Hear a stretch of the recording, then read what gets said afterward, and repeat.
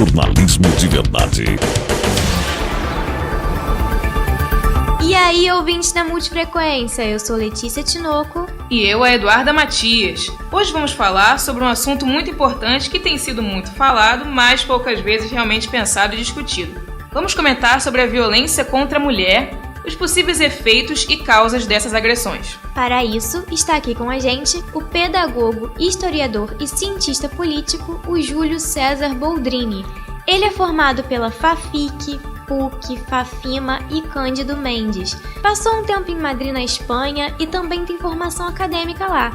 O Júlio é professor na FSMA, a Faculdade Salesiana Maria Auxiliadora. É um prazer ter você aqui com a gente. Júlio, seja muito bem-vindo. Muito obrigado, boa noite. Bom estar aqui com vocês. Beleza, é legal a gente começar falando que de 2014 para 2015, os casos de violência contra a mulher cresceram cerca de 45%. Dados coletados pelo SINAM, Sistema de Informação de Agravos de Notificação, do Ministério da Saúde, que registra os atendimentos do SUS, Sistema Único de Saúde, mostram que os atendimentos a mulheres vítimas de violência sexual, física ou psicológica em unidades do SUS somam por ano cerca de 147.691 registros, o que dá mais ou menos 405 vítimas por dia, ou uma vítima a cada 4 minutos. Os mesmos dados mostram que o agressor é quase sempre alguém que a vítima já conhecia e, em grande parte dos casos, é o parceiro da mesma. Mas o que mais chama atenção é que a maior procura por serviços da saúde após a agressão é de adolescentes entre 12 e 17 anos. Esses dados são alarmantes. Se você parar para pesquisar um pouco, a coisa vai ficando mais alarmante ainda. Mas mesmo assim, a sociedade trata esses casos como normalidade. Júlio, como pedagogo e historiador, que visão você tem sobre esses casos de violência sendo considerados normais? Bom, não se considera esses casos normais. Na verdade, existe uma grande luta da sociedade para diminuir esses eventos. Existe uma grande luta do poder público, porém, hoje você vê isso com uma frequência muito grande porque a mídia noticia mais. Você citou aí milhares de casos de atendimentos de agressão.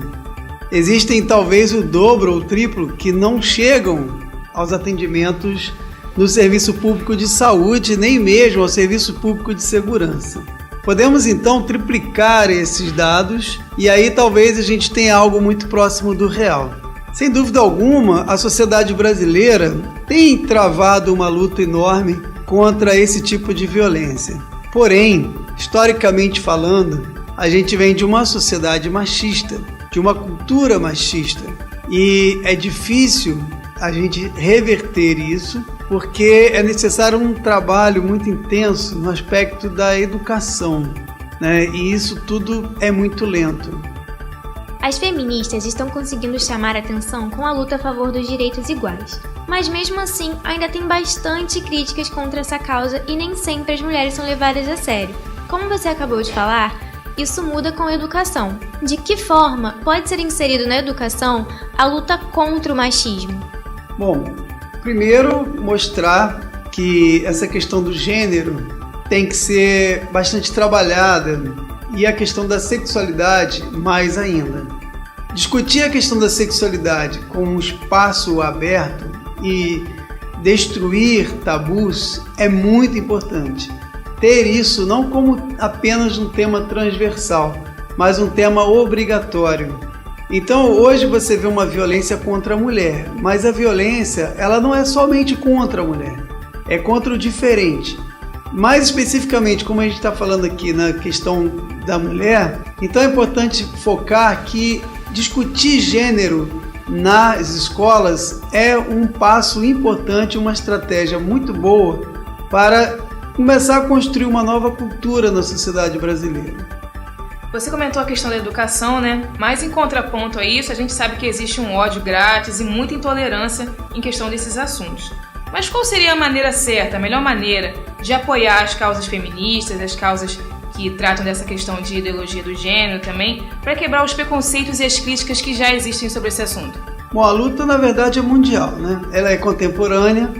Nós vivemos hoje, desde 1950, uma luta muito grande da mulher para ocupar o espaço do mercado de trabalho Novas leis vêm sendo implantadas nos países a partir dessas lutas, e esse é o caminhar da história, né? Incentivar esses movimentos feministas é uma forma importante, dar espaço na mídia, estabelecer leis que garantam o direito de manifestação dessas pessoas. Quando você tem uma sociedade em que é necessário que haja um movimento feminista, já está claro aí de que a mulher não tem o espaço que ela deveria ter. Então é importante que as mulheres ocupem espaço na política, porque é através dessa ocupação do espaço na política, nos partidos políticos, é que se manifestarão leis mais favoráveis ao fim desse machismo e dessa discriminação e preconceito à mulher. Você realmente acredita que existe uma cultura do estupro? Explica pra gente como é isso e como se manifesta. Eu não acredito que existe uma cultura do estupro, não. A cultura do estupro, ela hoje existe na Índia e as autoridades lá estão tendo muita dificuldade em reverter esse quadro. Porém, no Brasil, a gente nunca teve uma sociedade poligâmica. Nunca teve uma sociedade em que a mulher tinha um papel um papel menor, um papel sem valor na sociedade. Ela tem um lugar, ela tem um valor, que não é um valor, que infelizmente não é o valor do homem. Mas assim, se você dizer que tem uma cultura do estupro, você está dizendo que a mulher não tem valor, que ela pode ser utilizada pelo homem, né? Então, isso na verdade, o que a gente tem hoje é sim uma falta de aplicação da lei existente. Se existisse uma cultura do estupro, não haveria a lei, certo? Essa lei ela seria inexistente. Mas não há essa cultura do estupro, não. Falta a aplicação da lei, falta a denúncia, falta a coragem da mulher também em se manifestar contra os abusos, a violência que ela vem sofrendo. A gente sabe que tem aumentado muito os casos de estupros, mas estupro precisa ser compreendido na sua completa essência, né? Estupro é quando a mulher ou o homem não quer ter relação sexual e ela é forçada, essa pessoa é forçada a ter relação sexual. Até um tempo no Brasil, o homem poderia pedir o divórcio ou o desquite, como era chamado, da mulher, caso ele quisesse ter relações sexuais e ela não quisesse. É como se a mulher tivesse o papel de atender aos desejos sexuais do homem. Mas isso já caiu por terra faz tempo no novo Código Civil brasileiro. Mas existe ainda hoje muitas mulheres que são estupradas pelos seus maridos. Isso é comum na sociedade mundial, na sociedade brasileira também, né? Ao se recusar a não querer ter relações sexuais com o marido, ele força. Isso é estupro. Então é muito mais abrangente do que a gente pensa, né, normalmente. É muito mais abrangente do que a gente pensa, do que a mídia revela e do que é capaz das estatísticas denunciarem. Júlio, o que a gente normalmente consegue perceber, e ultimamente tem estado bem firme, é que há uma grande revolta e ação nas redes sociais contra esse tipo de violência, contra o estupro, contra o abuso. Mas você acha, assim, que de alguma forma esses movimentos nas redes sociais podem causar efeitos e mudanças na vida real? Com certeza, Duda. As redes sociais elas não podem ser menosprezadas de forma nenhuma. O que acontece nas redes sociais interfere diretamente na opinião das pessoas e nas decisões das pessoas. Hoje as redes sociais, elas são... Hoje não, desde 1985, na verdade, as redes sociais vêm provocando novos comportamentos das pessoas. Você falou também um pouco sobre a aplicação de leis, né, no Brasil. Aí é bom a gente citar que, por exemplo, em 2006, a Lei Maria da Penha foi criada para punir a violência física, sexual, psicológica e o assédio moral. E bem mais recente, em 2015, entrou em vigor a Lei do Feminicídio, que qualifica esses tipos de crime como crime qualificado. Se existem tantas leis, por que esses casos de estupro e violência contra a mulher continuam acontecendo e com tanta frequência? Só queria lembrar você que a Lei Maria da Penha também protege os homens, viu? Os homens também podem ir à delegacia e denunciar uma mulher ou outro homem que tenha praticado violência contra ele no sentido sexual. É importante também perceber que as leis existem, porém a aplicação delas depende da luta do cidadão. Um direito que não é exercido é um direito perdido.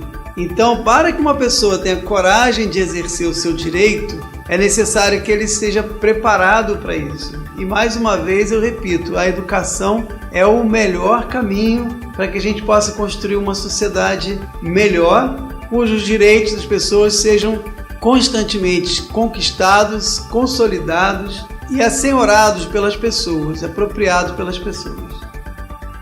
Está mais do que claro de que precisamos de mudanças. As mulheres estão ganhando voz, mas em certos casos falar não adianta, é preciso ação. De onde deve partir a mudança? Olha, falar adianta sim. É através da fala, da palavra, que você se impõe enquanto mulher, enquanto pessoa em busca de direitos. A palavra, ela é sem dúvida a coisa mais importante na luta pelos direitos. Falar adianta sim, afinal de contas é isso que nós estamos fazendo aqui, né?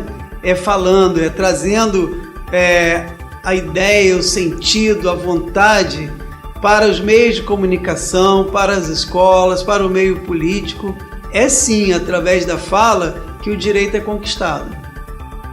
Na maioria dos casos de agressão contra a mulher que se repercute nas mídias, podemos observar as piadas de péssimo gosto e gente colocando a culpa na vítima.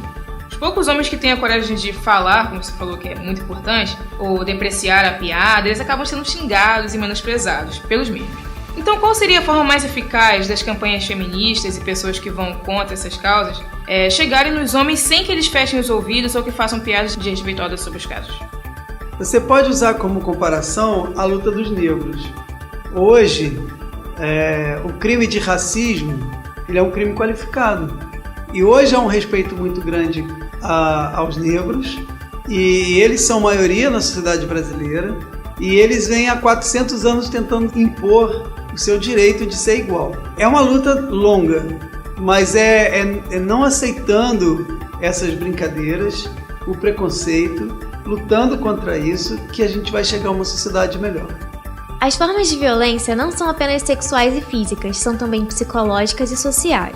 Se você, mulher, foi violentada, diz que 180 e denuncie. Ou você que testemunhou qualquer forma de violência, não hesite e ligue, denunciando para o 180. A gente vai terminando por aqui. Desde já, nós da Multifrequência agradecemos a sua presença e simpatia, Júlio. Foi uma honra poder saber mais sobre esse assunto e discutir questões tão sérias e polêmicas quanto essa, sobre como podemos e devemos ajudar a sociedade a ser algo melhor, né? Nessas horas, nessas conversas que a gente consegue perceber que a chave de tudo é a educação, é o debate, é a conversa e que nós ainda podemos evoluir muito mais. Então, obrigada mais uma vez, Júlio. Eu que agradeço a oportunidade de estar aqui, poder participar desse programa com vocês e parabenizar pela iniciativa de trazer um tema tão enfático, tão importante, tão atual, que será constantemente atual. Parabéns a vocês. E você que acompanhou o programa, obrigada pela companhia. Até a próxima. Quando perguntarem que rádio você ouve, responda a que faz a diferença.